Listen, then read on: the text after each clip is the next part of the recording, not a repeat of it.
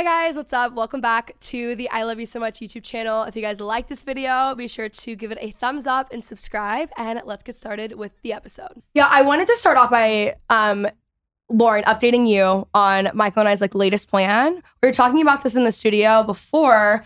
So a little unknown, very known fact about me on the podcast that if I was in any way, shape, or form musically talented, I'm talking auto-tune, I would 1000% be a country star. I think just give a line of a song. No, I can't even do that. That's what I'm saying. I'll give a line. Okay. Flipping your fins, you don't get too far. Legs are required for jumping, dancing. No, she's not on the tour. She. What do you mean? I feel like that's perfect. What do you mean? We're looking for a country tune from you. No, that was fine.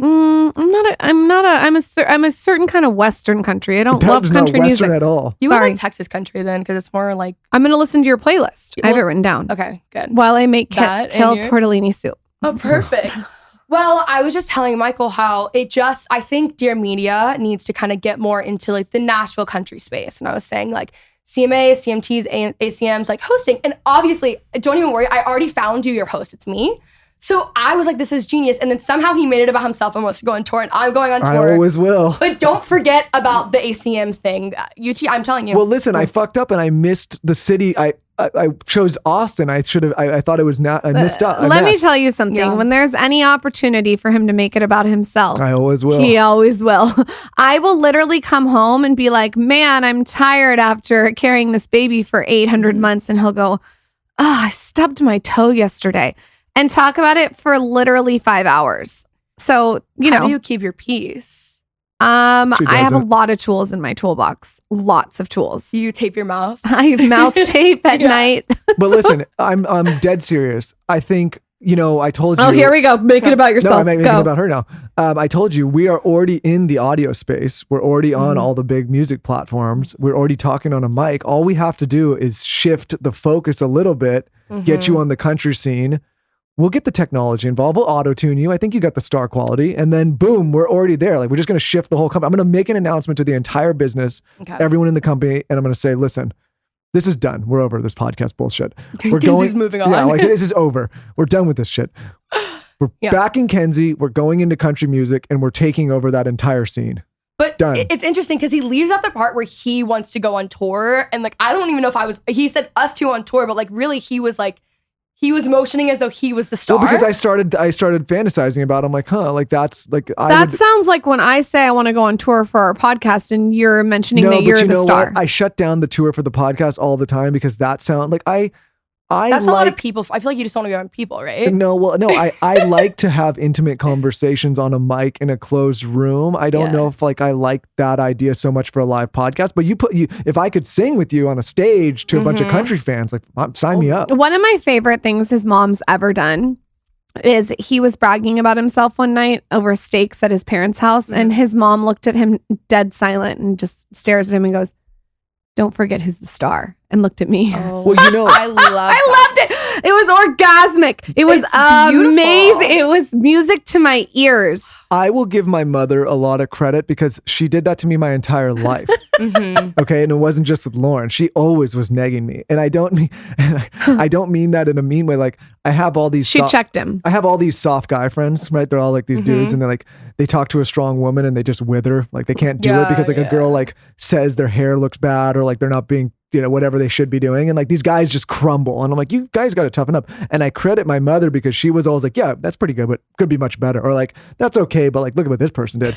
And that sounds counterproductive and maybe oh, that's not a nice way to parent, but it never let me, it always kept me going. And it made me okay with having critical feedback, right? It wasn't she wasn't putting me down. She was just hey man, you're not all that. Were you expecting this therapy today? No, I think this was good. Side note, are the cameras going? Yes. Okay, good. Wait. Well, you never know with Taylor. You might want to check. Guys, we're back in the studio. OG listeners, Taylor's Taylor's in Austin. He forgot the diva light on the first one. Okay, well, he's getting there. It's been some years. Thank God for Ashley. You did promote him yourself. Don't defend him. He Ashley, thank God for you. Thank God for Ashley. Michael promoted Taylor. That's why he's no longer on the show, by the way. So that's on you. That's not really my Taylor problem. Can come on and do a guest. Were people upset about that? Probably, I'm sure. You know what? just because of you, I'm going to demote his ass today. He's done. back. Yeah, he's back. I'm demoting him. Put him back in the broom closet with red tube. No, he's back on your show. I'm demoting him. I'm cutting his pay. His title's gone, and all of his abundances are over now, right? Okay, sorry, Taylor, but I mean, it is what it is. I think it would maybe do some good for like some ego work, the little like alternative route. You know? Yeah, I think checking Taylor's ego every now and again is good. He spends a lot of time on Pornhub. And so I think like he needs a little reminder to get back to work. He needs a little push in the right direction. So you're advocating for demotion is what we're saying here. Yeah, Taylor, listen, like, love you. So sorry. You've been with me really. I met Taylor when I first signed with Dear Media. And I don't even know, besides you guys, I don't know who else he's producing. But I no idea. Really OG days. And when I say, like, I really should have made Taylor sign like a fucking NDA or something. This stuff that he knows about my life just throughout, because I would come in after class, like, he knows so much. Don't worry. He remembers, actually. You know those bear traps? What are those bear traps? The claw traps? Steel traps? No, the traps that have the bear's hand. Yeah, it's called a bear trap. A bear trap. Taylor's mouth is a bear trap. That's why I like him. A bear trap is hollow. A lot of stuff gets out of a bear trap, but no, Michael, he's a bear trap. Yeah. He's evolved. Something. He keeps his mouth shut. He's something. Yeah, he's my favorite producer. We've known him since we were 12 years old. I like really feel connected with you guys and your friends. Like I know like Weston, Taylor, because that's literally my flight. Like I'm in town right now is one of my friends from 4th grade. And we, like everyone in Dallas, like we've just been friends. My best, it's just always like childhood friends. Childhood friends are the best because I think that like for us, they already know you. They know who you are before anything that has happened. And also they check you. I appreciate that. And it's comfortable, right? It's so nice to have someone come over to your house and you don't have to like entertain them. You can just be like, you know, Weston the other day was like asking for food and I was like, there's some celery sticks in the freezer, get out of my hair. It's nice to have childhood friends. It's very comforting. It's almost like kind of like a sibling in a way. Definitely. And they understand why you are the way that you are at certain things and you just don't have to catch them up. It's really nice. Back to our live show, whatever thing. You guys should do a tour, but also I'm doing my first live show in New York and I was concerned that no one was going to come, but that's actually, I know. I don't know why. It's actually so crazy. I'm like, there's like two sides to me and I would say like one side's only about probably 5% of the time and that's like, oh my God, no one's coming. Like I think this year has been such a big year for me career-wise. Like I'm starting a brand that launches literally next week. The live show, like so many things are happening and Breadwinning Housewives doing so well that I think now I'm like, oh, like a little bit afraid or I'm like, oh, it's going to sell it. I'm totally fine. But people are coming, don't worry. But I'm the opposite. Buy tickets. Please Subliminally buy tickets. But I'm opposite. I'm like, give me a mic. Great. What is your live show going to consist of? Are there any special guests? Margot Oshray is my special guest. Love it. I love her. Great guest. We have certain things that we want to do. I want to do like some sort of drinking game. We have a lot in the works, but nothing is like, the things that I want are not set in stone. So I don't want to say it yet and then like people be disappointed. We need a breadwinning housewife game. I feel like. That's so true. 100%. We're doing for the summer launch. Do you know? Actually, you'll like this because I know Skinny Confidential was like the sorority thing, and you right? Okay, so I was never in a sorority. I went to like a really weird college, and I've never really cared to be. But you know those like spirit jerseys? What I'm talking about? I'm gonna Google it right now so you can see. I was in a sorority for 2 seconds, so I maybe am not the right person to ask. I got initiated and then I quit. Okay, so like these, and they're really popular at like beaches, but they're funny because it's like more sorority and I'm not. So we have that and it's Breadwinning Housewife coming out. Cute. And Sophie Shorts are bringing them back. Love it. So it's going to be really great and that's going to be at the show. So anyways, I was a little bit worried, guys, I'm not going to lie. And I'm glad that I'm telling Michael of all people. I was really concerned that people weren't going to come, but I think that they're going to come. They're coming. I had no doubt. You don't have to be worried to tell me. I had no doubt. And honestly, after this conversation, everyone who's listening Kenzie, I've never had a doubt. That's true. I've never had a doubt. You tried to act like you did, though. Let's circle back to that. I don't think I acted like I did. I think that I was just very realistic, candid with how much work it takes. I think that he sees so many people in and out of his office who make these huge proclamations of, I'm going to be the next this or I'm going to be the next that. And like, I think that he has even signed really big talent that you would think has brought in a lot of listeners and it doesn't. And so he's pragmatic about it. And I think you've exceeded every expectation that Michael Bosstick could have had for a podcaster. No, I think I'm candid and like, I don't here's what. Sounds like his mom. Well, let's circle it back. Let's circle it back. Let's make it about you. Let's make it about me and my mother. But this is a good connection, actually. But no, I think my style is never oversell, right? And I'd rather somebody come in and be like, this is what it takes. It sucks. It's a lot of work. You're not going to make a bunch of money right away. Like, maybe you're not going to last here. Maybe I don't really want to, like, all of these things. And it's like, if you can get your head wrapped around like, oh, this is a job and there's effort and like, this is a profession and you have to actually show up and put, like, you know, it's funny to me. I talk to all these people and they like disrespect the influencer podcast space. And I'm like, like, that's interesting because some of the top people in this space are making more money than you'll make in a lifetime, right? Yeah. Like, it's just on one deal. On one deal. It's a salary. And, but it's not, the majority of people won't. And the majority of people, because they don't realize if you can get to that upper level, like there's a ton of effort, there's a ton of talent, there's a ton of hard work, it's a ton of consistency. It's not overnight. I think like people don't understand that. They're just like, oh, like this person blew up and like did like went viral and now they make millions of dollars. Like, that's not really how it works. There's a lot of people that go viral and then come crashing down. Yeah. I actually am really glad I never went viral. That is one thing that every person that I know personally who's gone viral, like seeing, because if you go viral, it's like, did you ever know who like Alex from Target was? This is the example. It's like kiss of death in business. So Alex from Target, when I was in high school, went viral. There was a random photo of him taken. He worked at actually randomly in like Frisco, Texas, like near me. He was working at a Target. People thought he was hot. He went viral overnight, he was on Ellen. Like, it was a huge thing. And then everything just like, obviously it didn't really amount to anything. And when it's like slow and steady, you have the time to then also like implement the systems that you need to, but also to learn and grow on the way. So it's helpful. But also you saying that to me, like, if something wasn't hard work, I would just get bored. You are speaking my language so much. I try to talk about this all the time. It's like astronaut syndrome. When astronauts go to the moon and they come back down, they get really depressed because it's like, what do you do next? You went to the moon. And I think the same goes for creating content. Like, if you just go viral for something that maybe was like quick and easy to produce, or something that came seamlessly, like just being hot and someone took a picture of you, the purpose is not behind the content. And when you have to actually like work for it and put yourself out there and it's a slow build, it reminds me of that fable, The Tortoise and the Hare. Yes. It's exactly. Like, you want to be the tortoise when creating content because the tortoise is going to win. It's not just that. Here's the real reason why I actually pray that nobody has instant success or goes viral. It's because it makes it impossible to understand the struggle of what it typically takes to get there. And then when you're at the top like that, you don't appreciate how much work it actually takes to stay there. So when it starts to fall, you're like, oh, it's no problem. I'll like be able to just get there again. And it doesn't really work that way. So people that have worked for long periods of time, not even just in the content space, but any business, and eventually like put in all those hours and all that effort and get to the top, they know the effort that it took to get there and the sacrifices. So they appreciate it so much more and they hold it much more dear, right? You're in a great position. Where if people just go straight to the top, they think, oh, cool, that's easy. I could just do that again. And then they come crashing down and they've tasted all of this success, but then they can't get back there and they don't know what the hell to do. This is what I would say to anyone who wants to get into creating content. I would say, if you can lay your head down on the pillow and think of one thing that you've done that moves the needle that day, you're good. And then if you can wake up with one thing that is going to move the needle, a new idea, you're good. If you can bookend your day like that, you're making moves.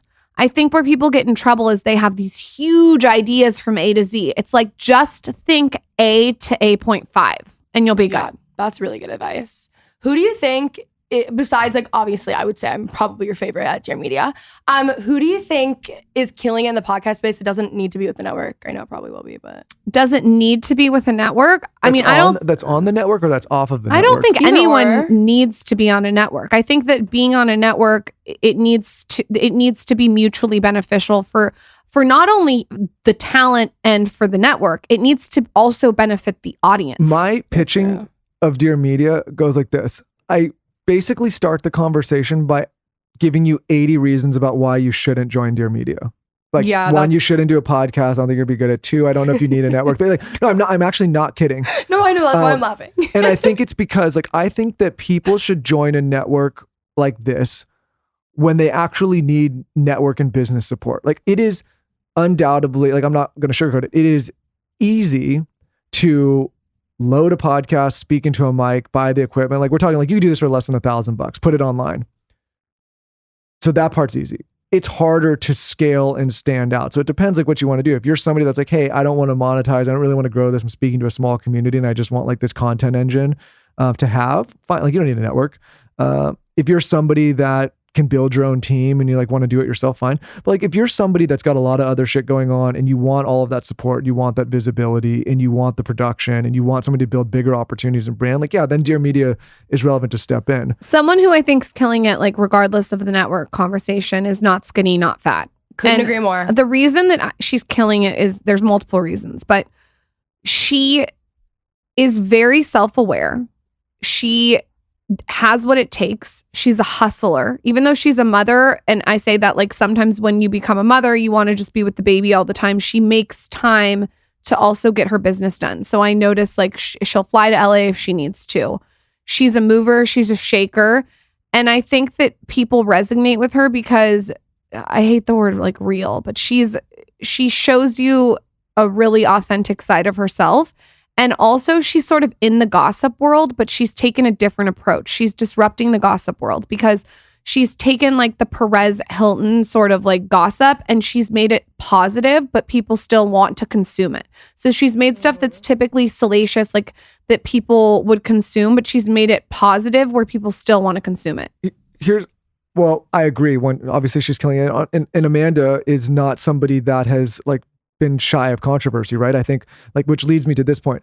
I don't want to, there's so many great people on Dear Media, so I don't want to just pick one, but what I will say, the shows that I see struggle or the people that I see struggle the most in this space is the people that try to come and curate in this space. This is a very difficult avenue to curate and not really be authentically yourself. And with that comes like showing vulnerability or showing things that you wouldn't typically show on other channels. Lauryn and I have been doing this now for 6 years, about 500 episodes. It would be impossible to not show who we actually are on that show, right? And so not everybody likes us, not everybody loves us, but the people that do are like, they really know who we are and they understand the intention. So I think the people that I've seen have success in this space are the people like, this is me, take it or leave it. I am who I am. I'm not scared to show that. I'm going to be who I want to be. Also, like, we talked about apologies. this off the mic, but also I noticed that people who have been creating content a long time, especially in the podcast world, they start to get comfortable. Yeah. And they start to think that they can phone it in and they start to think that they can do Zoom interviews and that they don't need to come prepared and like they're so good that it's like whatever. Howard Stern wakes up every single morning at 3:30 and prepares for 2 hours before he does an interview. I don't care who you are. You have to prepare. You have to know who you're talking to. You have to have chemistry with your co-host if you have one. And you have to really lay it on the table. And when you start phoning it in and you start Zooming and you start getting comfortable and you start not really reaching out to guests, that's when you see podcasts flop. What do you think makes a good host? I think a good host is someone who understands energy and finesse. And what I mean by that is you really have to know how to read the room. Because sometimes you're going to get a guest. We got the other day Harry Jousey on the podcast, and like his energy is going to be super different from someone like Andrew Huberman. And for me, like you have to be able to read the energy of the room and interject your energy in a way that's going to be productive for the audience and for the conversation. And another thing that Michael and I talk about this all the time, it's you got to put the audience first. And that sometimes means making things really awkward and uncomfortable in the studio. It maybe means asking questions that their PR agent like will email you and be like, can you remove this? It means going there. And I also think that you need to discover a different layer of the guest. So for instance, if you have someone who just wrote a book and they're going on 10 different podcasts, and this has happened to us before, they come on our podcast, I have to extract something out of that conversation that hasn't been extracted. When you're doing the same fucking questions on every single episode with the same guest, people are going to tune out. Well, I'll tell you why that happens. And like, this is kind of reinforcing what she said, but I actually think to make a good host is two things. Like, one, you actually have to care about the person you're talking to. When I say care, you actually have to be interested and curious in what they have to say and who they are, right? Like so many people, they just see a big name, right? Like this celebrity or this author or this entrepreneur, and they don't even care about that person. They're actually not interested in the topic. They're not curious about anything. They just think the guest and the name is going to bring listens. So then they get on the interview and it's a subpar interview because there's not an actual engagement or care about the conversation. So I think for Lauryn and I, when we think about who we're having on the show and who we're talking to, the first question is like, one, will the audience get any value out of this person? Like, is their message or whatever they're sharing going to be productive for the people that are listening on the other side?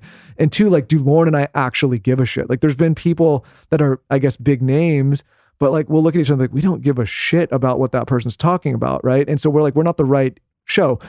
On the other hand, there's other times where we're like, man, that would be like such a cool conversation, but we got to get away from the PR talking points. We actually want to know like this about this specific person. I think that curiosity builds a great conversation. We had a guest on recently who was promoting a book, and they came on with these talking points so much so they like had notes out, and they were making the gamut of podcasts, like going around doing a bunch of podcasts. And it's not compelling as a guest to come on with the intention to sell. When I go on a podcast, I have no intention of selling my product. It's not why I'm going on podcasts. I'm coming on to have a conversation. And if someone likes you, they'll go seek you out. Yeah, I think that was one thing I remember when I first signed with the network and started the podcast as a whole. And you were like, and Michael was saying, watch out if someone, especially if they're coming on with a book, which is also another way to like even get certain guests on. Like they're going to do book tours. Whenever there's a book, someone with a book that's coming on though, I do that same thing. I'll read it and then I'll pick 2 random things that I know is not on their like thing that their agent will send over or have in the back end. And then I'll just focus in on like 2 more minuscule things. Another thing I think really helps as a host is if you're very disarming, like people have to feel uncomfortable or very comfortable with you. And I think that's actually what has helped so much with the success of my show is that I've always been that way my entire life. And I think it's like, I'm also like a normal girl from Texas, like something about being disarming, even when I go on other people's shows and I'll feel uncomfortable and like, they're not making you feel comfortable and it's just like tense and weird. I think that like, even the like 5-10 minutes that you're talking before you go, it's really important. And that same thing goes for meetings too. Totally agree with you about disarming. I think disarming is so important. And that even goes back to like being able to finesse the guests. Like the energy has to be right because the audience will feel it if it's not. Well, listen, there's nothing wrong with someone. Like if someone's coming out with a book, like we had our friend Max on. He's got a great book that just came out, was A Genius Kitchen, right? There's a plug for you, Max. And like, yeah, we talked about the book, but what we had, we covered so many other subjects. And of course you want to plug your book, you know, like, and maybe I shouldn't say this, but like Tony Robbins just came out with a book and we were in touch with his publicist and people and like, you know, through a friend. But it started to be like so narrow, like Tony's got this, you can only do these things, it's got to be on Zoom and you can only talk about these things. I'm like, you know what, pass. And like most people wouldn't pass on a Tony Robbins because he's fucking Tony Robbins. Or but when they send set questions for you. But I was like, I don't want to be, if I'm going to get the chance to talk to someone like that, who I'd love to talk to at some point, I want it to be in a setting where we can have the conversation that we'd like to have. Not like, hey, also, here's a publicist pushing questions down our throat. It doesn't do justice for his book or for anyone's book. This is what the guest doesn't understand either. It's not doing anyone any favors for your publicist to send talking points to the interviewer. Have a real honest conversation that's a quality conversation, or just don't do it. It's like when I'm listening to a podcast, I think about myself as a listener often. And I'm like, the less they push what they're talking about, the more interested I am. Like it really does create this, I think podcasting is such an intimate thing, more so than even like watching someone on YouTube in different ways. And you'll feel very connected because it's more raw. Obviously, you're talking for an hour, but the less people push, the better it is. But if it's someone who comes in with, like, I just won't do it. Well, you're in your audience's ear. It's an extremely intimate experience. I think a person who does a really good job that asks outlandish questions and you never know what she's going to say next is Heather McDonald of Juicy Scoop. Like she'll get a housewife on and ask questions like about a background character. And you're just like, oh, like it's questions that you as the audience questioned while you were watching it, but you never would have thought to ask the question. And she goes there. And I think that's cool. And that's why I like to listen, because you never know what she's going to say.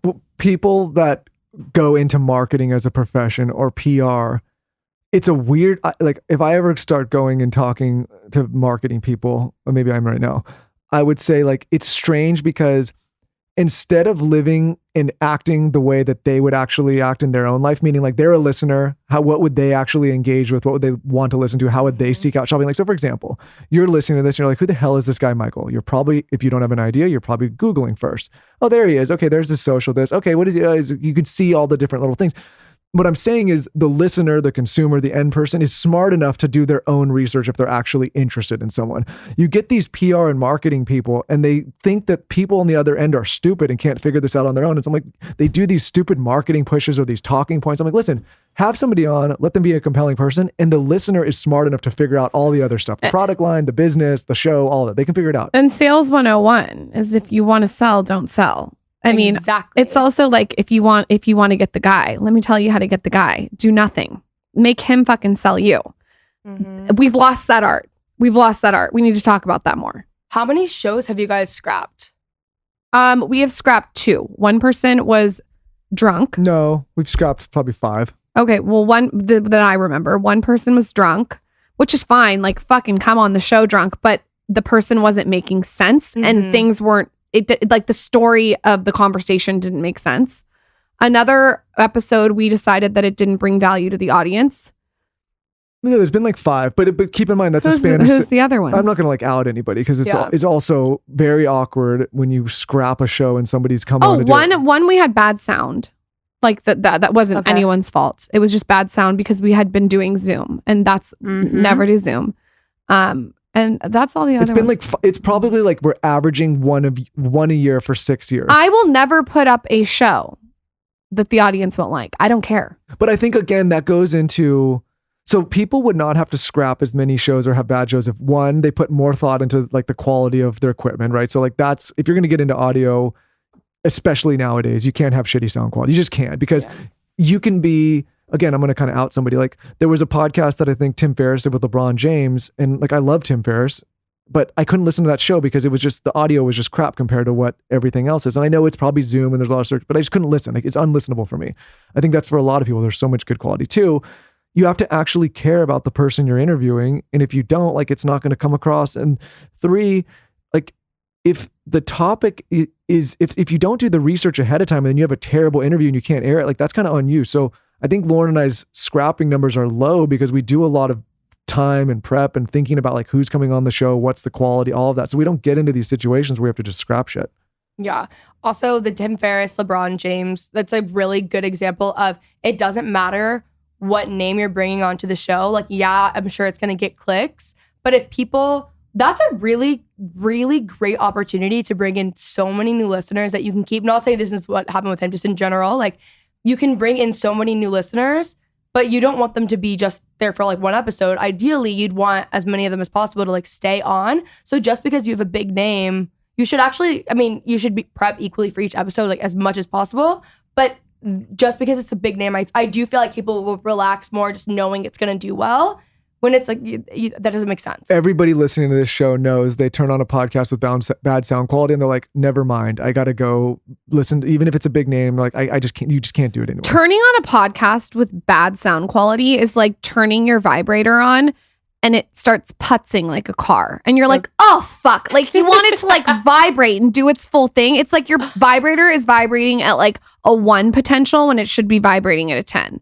It's the worst. Absolutely. And I think Zoom is just so, the second that I didn't have to do Zoom anymore, I was like, I need to leave. I need to go. The energy in the room is totally different. The relationships you make are totally different, which completely affect the show. It's just night and day. What would your biggest tip be for growing a podcast? Oh, it's changed over the years. I think like, who am I speaking to? Somebody that's just starting or someone that has a podcast? Someone who has a podcast. Someone that has a podcast. I think creating compelling content that people want to share without you pushing it, and also having distribution assets. I think distribution assets is a conversation that has not been talked about enough. And that means having super quality, beautiful video that packs a punch that makes people want to click. I think people are creating the podcast and thinking they're fucking done. And the podcast is 40% of the hill. You still got 60% to go. Understanding that there needs to be a strategy behind pushing that content and also having good content to distribute. Well, this is like, so blanket. And if I'm like just talking to someone who has a podcast and maybe like, oh, my numbers aren't growing. Like, one, I would ask, are you going on other shows consistently? It's still the best way to grow. People, you need to go to a place where people are already listening. So if you're not doing that, even if the show's small, like Lauryn and I, you know, it's less and less frequent now because we're so busy with all the other stuff and the kids, and we do our show 8 times a month. But in the beginning, we were on any show that asked. Like, doesn't matter the size, doesn't matter if it's 100 listeners or 1 million listeners. Go on, do the swaps, invite people on. 2, I think consistency is really important. You know, like we didn't really see exponential growth on our numbers till about 2.5, 3 years in, right? So like that's a long time. A lot of people feel like, oh, I would say that's exactly my peak too. Yeah, like 2.5, 3 years is probably I mean, and that's harder now. I mean, the good thing now in podcasting is there's so much more attention on the space. We used to have to create videos to show people where the podcast app was on their phone. Like that's vintage. I actually remember, I remember having to do that. Yeah. Be like, hey, you go to the thing and click. Now, luckily, like more people are paying attention. They know what a podcast is. So there's more listeners, but with that, there's more competition. So this is going to sound really cliche and cheesy, but you have to find your authentic voice and your perspective that only you can share. Because if people come in and say, I'm going to be the next Kenzie, it's too late. You're a second-rate version of Kenzie. If you want to say, I'm going to be the next Lauryn Evarts or Skinny Confidential, it's too late. That already exists. You want to be the next Call Her Daddy, that already exists. You want to be the next Joe Rogan, he already exists.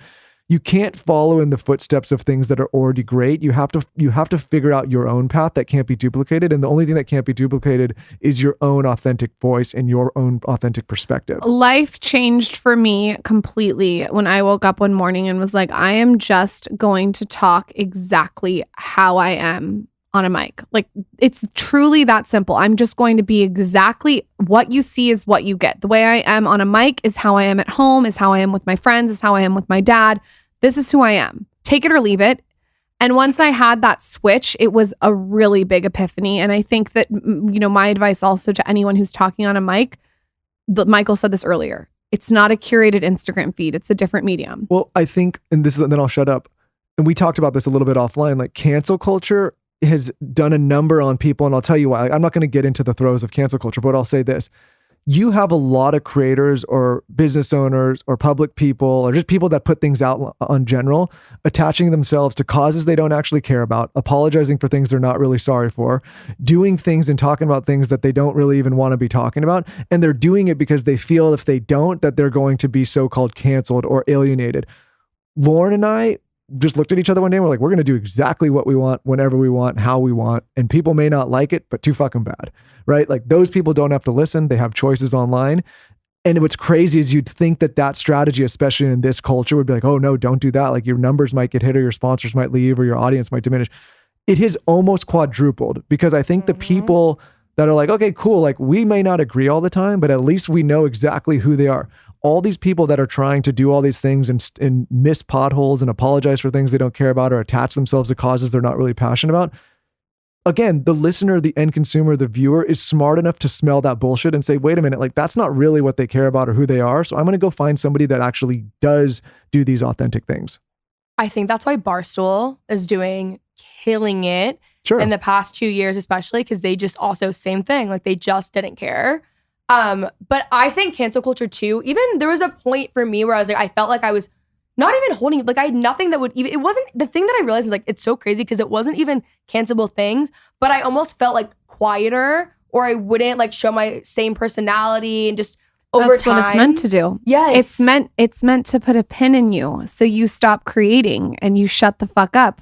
Because guess what that does? It slows down your race. So say someone is on YouTube and they see what you're doing and they want to get ahead. If they put a pin in you and they shut you up, they can get ahead more. It's actually like a super manipulative mentality, I think, on people who are trying to go around canceling people. And honestly, if you are someone online who writes 6 paragraphs about why someone should be canceled, or you go on their Instagram and you write something negative, that is such a fucking waste of time. You could be putting that towards something so productive. It blows my mind that people even want to go there. And then that's like, it says a lot that that's how people are spending their time. Then it shows why they are where they're at. There's been an interesting thing, like in this, obviously, like I sit on a mic with Lauryn But like the other hat I wear is like, if I'm the executive of Dear Media, right? And with that, I guess there's a lot of shows that are housed under that umbrella. And with every single show has their own kind of controversy, some greater than others, right? And so many people over the years have come to me like, cancel this person or shut this person down. My blanket response across all of it is no, I'm not. I don't care, because I'm not going to participate in that. Like what I determine as being canceled is people when they stop actually paying attention to someone.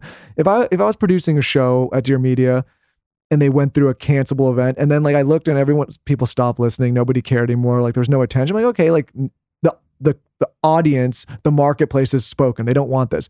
But when people are screaming at me to cancel something and I see the numbers tripling, I'm like, that's not what the audience wants, right? Like there's a small minority of people that are screaming about some offense or some offensive thing that somebody said that they're going to forget about in a month anyway. And so like, I'm not going to shut that down just because somebody, like a corner of the internet's upset. I don't care. Like maybe that's the wrong approach, but I see so many spineless network executives and they jump in and they go with whatever the wind's blowing and whatever like one angry corner of the internet does. And I'm like, okay, like you guys do that, but I'm not going to participate in that.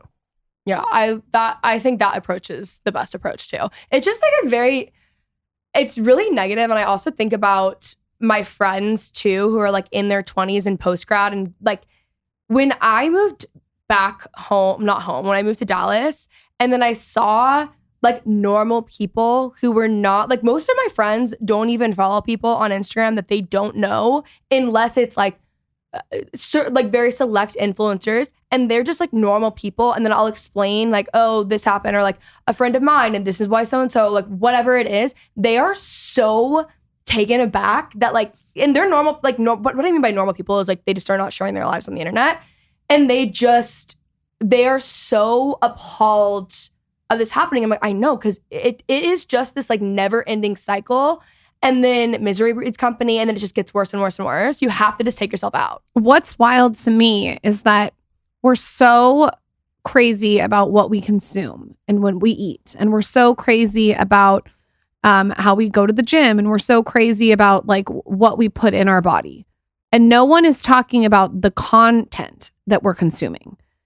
If you're consuming negative content all day long, you're going to go to a negative place. I am a really big proponent of monitoring the content I consume. I do not scroll the Instagram feed on the left. It just, I don't feel good when I do it. I am very purposeful with the stories that I consume. I don't watch 5 different stories every single day. That's a minute of your day, 365 days a year, consuming someone's content that's not having a valuable impact on your life. I think even with podcasts, like I notice if I wake up in the morning and I listen to a gossip podcast, it doesn't set the right tone for me. So now I listen to like Ed Milet or Gary Vee or a book on tape or something that's like going to uplift me. I think it's really important to really monitor the content you're consuming because it can take you to a negative place. Absolutely. Okay, I want to transition and talk about navigating your 20s, which we talked a little bit about already on your show. This is the hottest topic. It's also interesting because you would think it's talked about more, but it seems as though by the downloads on the show that it must just be here, because that's what's like, people are so, what I've noticed more so with guys is that people just don't talk about struggles, and like post-grad especially, they act like everything's great or they have a lot of friends or whatever. They just are not very open and vulnerable. I feel like my friends in LA were so open. My friends in Texas are a lot more like closed off. So anyways, with that being said, I think that podcasts are like helping as far as like your 20s go, and probably with everything else. What would you guys tell your 24-year-old selves? My dad always says this. He always says it's such a weird gap between 20 and 25. He used to tell me that all the time when I was a little girl. And the reason he would tell me that is because you have this purpose when you're young, right? You go to elementary school, and then you graduate to junior high, and then you graduate to high school, and then you can go to college. And that's like this structure and this formula. And then you get out of college and there's no more structure and formula. And I feel like we've been fed this bullshit lie when we're in high school. There's also no more ranking system. There's no more ranking system. And so we've been fed this bullshit in high school that we go to college and then we graduate and then we get the corner office in the big corporate building, and it's like bliss and that's it. But at 20 to 25, there's no real formula, and you almost feel like, at least I did, like your identity is a little bit wishy-washy. And you also, and this is how I felt like you're trying to find your purpose and you're trying to find progress. And when you don't have progress in your life, you get depressed. And so those years, 20 to 25, you feel like that, and it's very uncomfortable. My advice would be create routine. You said that on our podcast. Have a routine. Don't just be drinking until 4 a.m. every single night and not having any kind of structure to your day. But I would also say make sure you have fun, because it's a time to have fun. I would also say don't put so much pressure on yourself. Yeah, I think, and this is touching on what Lauryn said. I read this book a while back, and it was talking about progress. And it says, like, you know, to Lauryn's point, you go through all these years of school with all this progress. Every year you finish a grade. And if you go to college, you finish, even more. But then you get out and it's like, you don't have that, like, it's in a year doesn't necessarily mean you're going to progress or get a promotion. And what we feel if we stop progressing and go a little bit backwards, or what we perceive to be backwards, we actually look at that as depressed, like we're depressed, right? Like, so I think it's tough for a lot of people, especially young people, to contextualize not feeling constant progression. And also, you don't have a measuring system anymore. Like when you're in school, okay, after 12 years, I'm out of high school. So like that's your gap, right? Like you're able to be patient because it ends at 12. If you go to college, whatever, call it 16 or whatever. And so when you get into an adult life, like that measuring system doesn't measure anymore, right? And with that, I think what happens is people lose they have a complete lack of patience, right?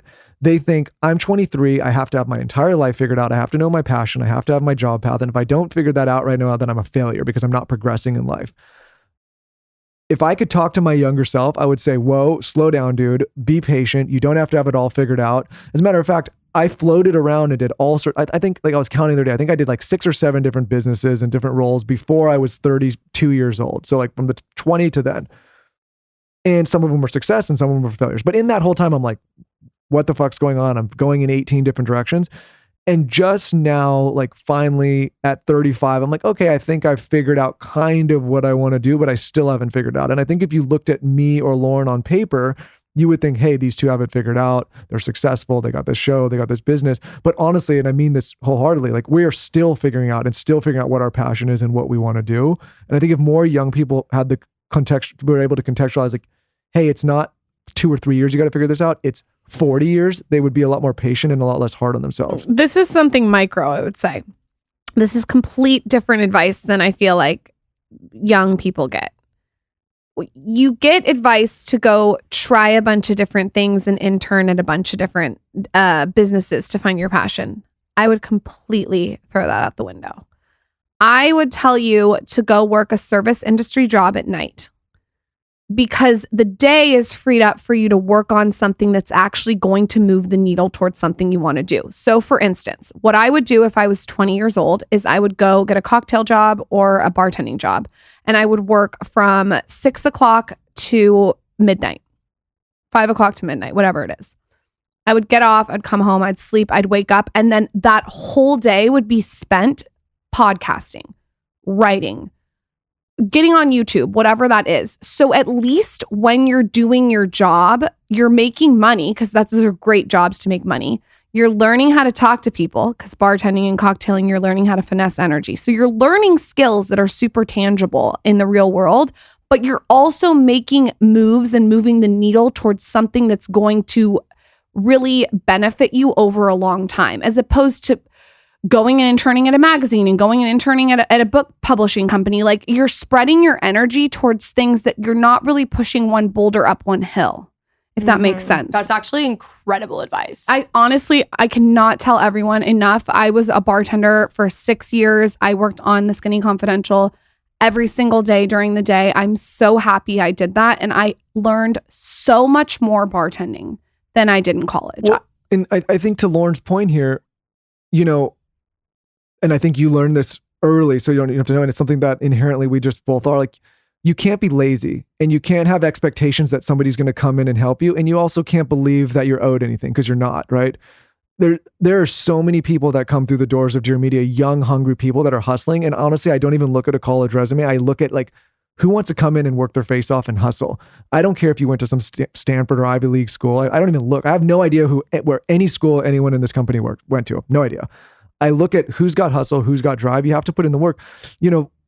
One thing that I think is super important is if you need to pay the bills, get a service industry job or get something that pays the bills. But if you want to also chase your passion or create content or start your own business, like that's your side hustle.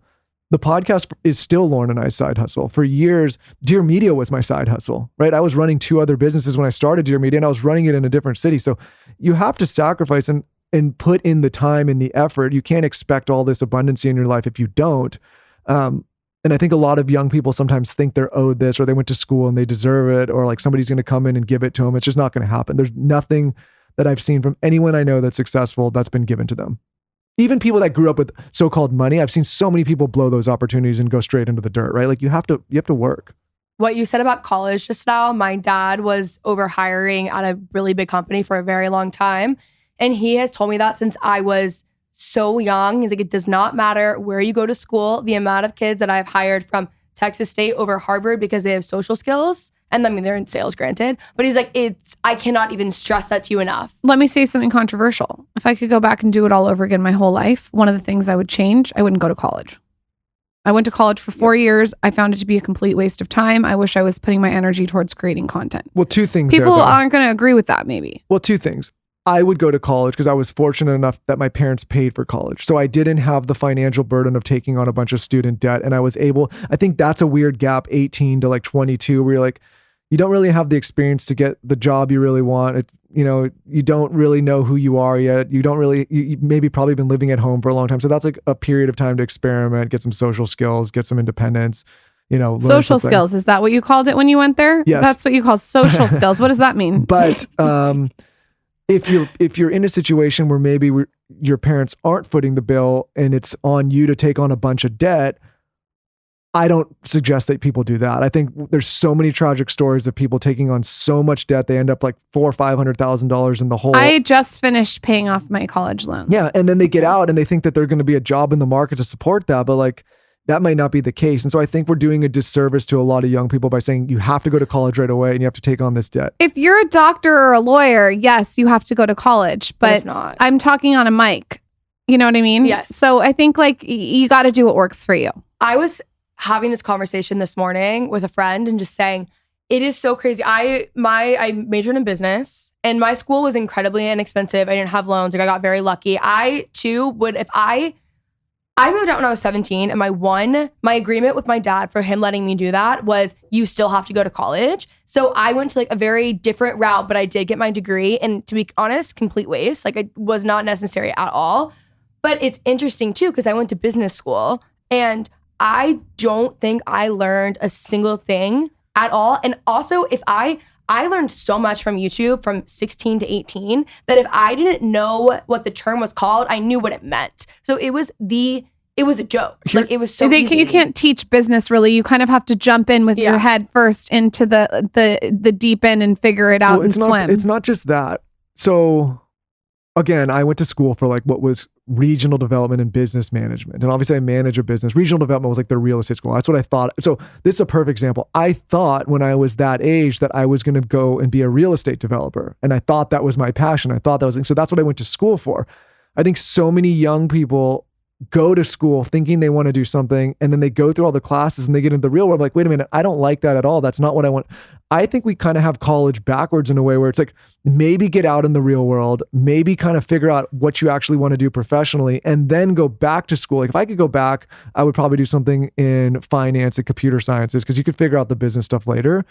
But we have a lot of wasted degrees of people getting a degree in something that they later in life don't even give a shit about. And I think people don't learn things because they go there and they're actually not passionate about what they think they are. And so then they just zone out, right? Like if you're like, if there was a course right now in college and I was like, how to be a better broadcaster, how to be a better podcaster, and how to manage an online business, like you would be there and you'd probably soak up everything in that course. I don't agree with you because I went to school for television broadcasting, and I can tell you right now, I've learned more by throwing myself out there on a video and a mic. Well, of course, but well, you're always going to learn more by doing. But I'm saying a lot of people go thinking that they're going to be passionate about something, and then they realize that they don't care about whatever they studied at all. Did you study in regional development and vagina, or just was it regional I development? was taking a lot of anatomy classes, that's for sure. Yeah, something like that. Yeah. Also, another thing, I just have so many friends who are literally my age who are unhappy in their jobs already. And it's like, if you're so unhappy, you have the least amount of responsibility you'll ever have. Make a change now. If you're unhappy in your job, let me give you a little ASMR. If you're unhappy in your job, leave your job, go work at the service industry, go be a bartender, a cocktail server, a hostess, whatever. Get out and work on your passion during the day.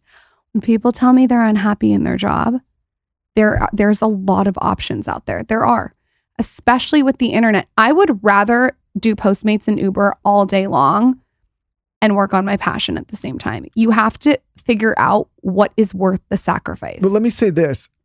I think back to some, and now obviously I'm a very happy person, but I think back to also some of the happiest moments in my life when we were like in our 20s, even in college, and we're dead broke. I remember I lived in a place with 4 other guys. My rent was $400 a month total, including utilities. We were drinking like Natural Light and Captain Morgan and Jack Daniels every week. And we were broke as shit, right? Like McDonald's and whatever. And that was some of the most fun. I think what happens is you become an adult and you think, okay, I need to have this amount of money and this kind of job and this kind of lifestyle, or else I'm a failure. And then that pressure. And you forget that you were happy when you were broke with a bunch of your broke friends, right? You can live that way.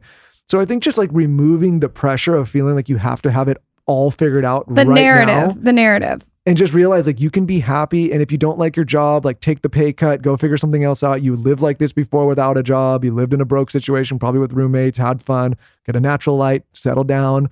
But you know what I'm saying? Like we put all this pressure, like, oh my God, I'm 25 and like so I got to stay in this shitty job that I hate and I got to keep doing this stuff. And if not, I'm going to like go back to where I already was. Yes. But like where you were happy. Yeah. That's actually really good. It is. I think too, another thing is like, you're not going to like every aspect of your job regardless. So that's always something that like when I say like, if you're unhappy, leave, like there's a difference between like, there's going to be things that suck about your job and exactly what we're talking about. Like the years that like you make no money and the years that are really hard, it's going to suck at times. But like, ultimately, I think if you're passionate about something or not. Totally. It's like either there's going to be things that you don't like. I wake up and do things I don't like all the time for my job, but when it's something that you like absolutely hate, that you can't stand, and it's annoying every facet and rising your cortisol, that it's time to get a new job. I like 20% of what I do. I'm being honest. But I think because I'm passionate about what I do, all of the 80% of shit that I got to deal with all the time enables me to stick with it because I love what I do. But that's another thing. I think a lot of people, and I'll use the term young people, think they hear this. I think it's really bad advice. Chase your passion. You never work a day in your life. That's horseshit. As soon as you turn your passion into a business, you will work. And what it'll do is it'll make your passion into a business. And with business comes hard work. And so what it does is the passion enables you to get through all the hard work and all the ups and downs of what comes with doing the work. So I think a lot of times people get into a situation, especially new people that are starting, whether it's a content business or an online business or their own thing or their own job. And they're like, wait a minute, I don't like 60% of this. It's like, of course it's work. Nobody likes to work all the time. But just because that doesn't mean you don't stick with it. It doesn't mean you quit, right? Like I think distinguishing between like what's a job you actually hate and don't see any future for yourself, and like what are moments within that job you're like, man, I really hate this part of my job, but I love this company or I love this business or I love this project or whatever. I think it's more about not chasing your passion, chasing your vision and being a visionary. The reason that you do what you do, Michael, is because you're saying you like 20%. It's because you have a vision and you're a visionary for your company. So you're fine with doing 80% of stuff that maybe you don't love because you know where you're moving the needle. So if you can be a visionary with what you're doing and be committed to that vision, it's okay when you're not doing everything you like. I think it becomes a problem when it's a toxic situation. Absolutely. This was a really great episode, guys. We're going to end because we've been going over. There is a swap. So on the Skinny Confidential, we have another episode. I'm not sure when these are going up, so I don't know when it'll be out, but you guys plug everything you have. Well, first of all, we definitely need to put the episodes up at the same time because we interviewed you and you're so adorable and just a breath of fresh air. And I loved having you on our podcast. You can find me at Lauryn Bosstick and at The Skinny Confidential for my product. I think just the podcast, The Skinny Confidential, him and her. And then obviously Dear Media, go listen to, well, if you're already listening to Kenzie's show, but listen to some other shows, right? If you want to see Michael Bosstick without his shirt on, I forced him to post a shirtless photo. Well, now. Did your engagement go up? Yeah, I got a shitload of engagement. I'm sure was, he talked about it for like 3 days. The one post that I got. 3 days, he's still talking about it. It's been 2 weeks. Yeah, my monthly post, I post once a month pretty much. So yeah, I'm popping. Yeah, right now he's committed to having huge muscles while I'm rolling around pregnant. That's the last thing I'll say though, actually, about. Oh, here he goes. It's not done. You know, we were talking on our podcast and something you said stuck out. You said you like really wanted to do a podcast. Like that's your main thing, but you kind of already were on YouTube. I think a lot of people that are new to content, they feel a pressure to be on everything, everywhere. TikTok, social, podcasts, YouTube. And then they kind of end up like feeling overwhelmed, scattered, and like and not giving anything their all. Yeah. And like, you know, if you were to look at me on Instagram, you're like, okay, that's not very impressive. There's not a lot going on there. That's because my main thing, the thing that I put the most focus in is the podcast, and from the podcast stemmed Dear Media, and like that's why I actually enjoy creating content, where I can be my most authentic self, and I'm fine with that. I don't need to be everywhere else, and I feel like there's a lot of pressure on people that they need to be everywhere. But from the seat that I sit in, I meet people all the time. I'm like, damn, that's a really good podcast. Or like, I don't care what the rest of their stuff like. They're just a great podcast, and they can build a massive business just doing that one thing. Yeah, I feel that, especially with TikTok coming up, like the pressure, but just knowing the right avenues has helped a lot. Perfect. You do a beautiful job, and we love your audience. It's so cute. Oh, thank you. All right, guys, I hope you enjoyed. If you did, let me know by giving it a nice thumbs up and subscribe for more.